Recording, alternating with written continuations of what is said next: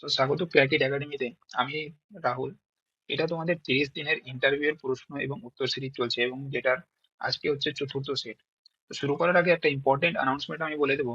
সেটা হচ্ছে যে তোমাদের প্রি প্রাইমারি থেকে যে পঞ্চম শ্রেণীর যে বইয়ের নাম, সেই বইয়ের নামের যে ভিডিওটা আসার কথা ছিল, সেটা আগামী আগামী বলছি আজ রাত 9টার সময় যেটা পাবলিশ হয়ে যাবে।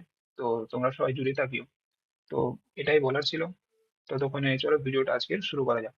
তো আজকের প্রথম প্রশ্ন হচ্ছে, পশ্চিমবঙ্গের বর্তমান শিক্ষামন্ত্রীর নাম কি? তো এর উত্তর হচ্ছে ব্রাত্য বসু। দ্বিতীয় প্রশ্ন, ভারতের সংবিধানের কত নম্বর ধারায় শিক্ষার অধিকারকে মৌলিক অধিকার বলা হয়েছে? এর উত্তর হচ্ছে আর্টিকেল 21 এতে, মানে 21 নম্বর আর্টিকেলের নম্বর যে আহ বিধান আছে, সেই বিধানে কিন্তু শিক্ষার অধিকারকে মৌলিক অধিকার বলা হয়েছে। তৃতীয় প্রশ্ন, টিএলএম এর পুরো নাম কি এবং এটি কেন ব্যবহার করা হয়?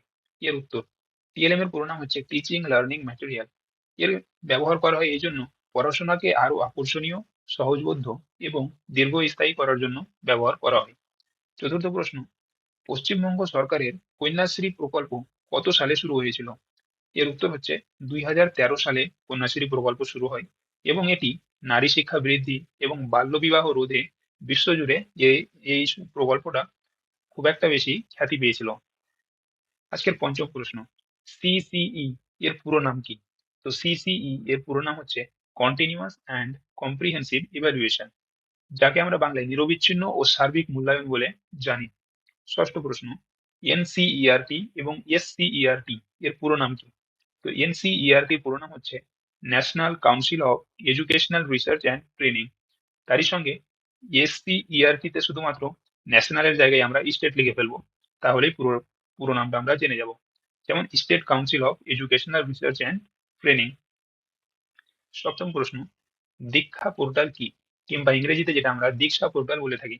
তো এই পোর্টাল হচ্ছে এটি শিক্ষকদের প্রশিক্ষণের জন্য একটি ডিজিটাল প্ল্যাটফর্ম এবং ই লার্নিং রিসোর্স সেন্টার।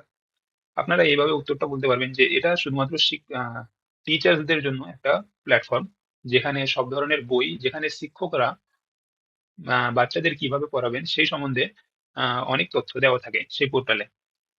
তো অষ্টম প্রশ্ন, এফএলএন এর পুরো নাম কি? তো এফএলএন এর পুরো নাম হচ্ছে ফাউন্ডেশনাল লিটারেসি অ্যান্ড নিউমেরেসি।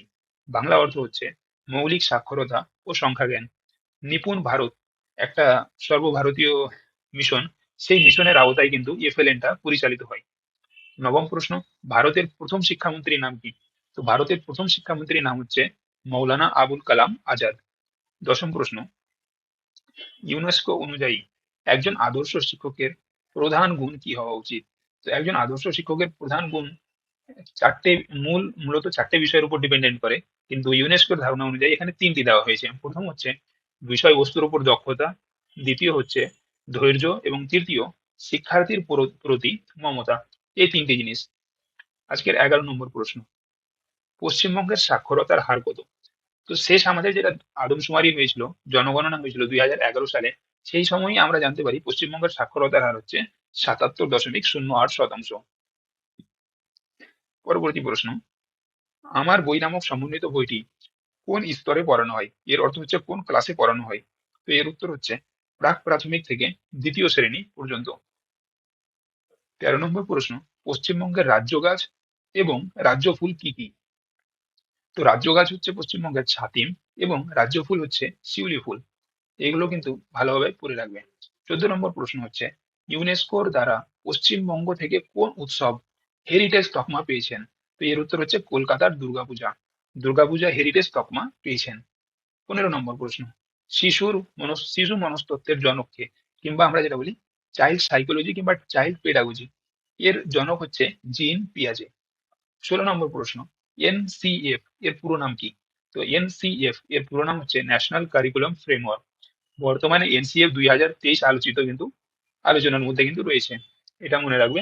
17 নম্বর প্রশ্ন, পশ্চিমবঙ্গের বর্তমান রাজ্যপালের নাম কি? তো বর্তমান রাজ্যপালের নাম হচ্ছে ডক্টর সিভি আনন্দ বোস। 18 নম্বর প্রশ্ন, মিড ডে মিল প্রকল্পের বর্তমান নাম কি? তো মিড ডে মিল প্রকল্পের বর্তমান নাম হচ্ছে পিএম পোষণ, কিংবা এর পুরো নাম যদি জিজ্ঞেস করতে যাই তাহলে এইভাবে বলবে, প্রধানমন্ত্রী পোষণ শক্তি নির্মাণ। 19 নম্বর প্রশ্ন, RTE অ্যাক্ট। RTE এর পুরো নাম হচ্ছে রাইট টু এডুকেশন। তো এই অ্যাক্ট অনুযায়ী প্রাথমিক স্তরে এবং উচ্চ স্তরে, উচ্চ প্রাথমিক স্তরে শিক্ষক ও ছাত্রের অনুপাত কত হওয়া উচিত? তো RTE অ্যাক্ট অনুযায়ী 30 জন ছাত্র পিছু একজন শিক্ষক হওয়া উচিত, এটা হচ্ছে প্রাইমারি স্তরে। এবং উচ্চ প্রাইমারি স্তরে এই সংখ্যাটি 35:1 হয়ে দাঁড়ায়। তো আজকে শেষ প্রশ্ন, 20 নম্বর প্রশ্ন, সহজ পাঠ বইটি কার লেখা? তো এর উত্তর হচ্ছে সহজ পাঠ বইটি রবীন্দ্রনাথ ঠাকুরের লেখা। এবং এটি কোন ক্লাসে পড়ানো হয়? তাহলে এটি প্রথম ও দ্বিতীয় শ্রেণীতে পড়ানো হয়। এই ছিল আজকের 20টি প্রশ্ন। তো আর যেটা ইম্পর্টেন্ট কথা ছিল সেটা হচ্ছে রাত 9টার সময় আপলোড হবে তোমাদের প্রথম শ্রেণী থেকে পঞ্চম শ্রেণী অবধি যে বইয়ের নাম, যেটা ইন্টারভিউতে জিজ্ঞাসা করা হচ্ছে, সেই বইয়ের নাম কিন্তু রাত 9টার সময় সবাই জানতে পারবে। ততক্ষণে সবাই ভালো থেকো, সুস্থ থেকো, এবং ধন্যবাদ সবাইকে।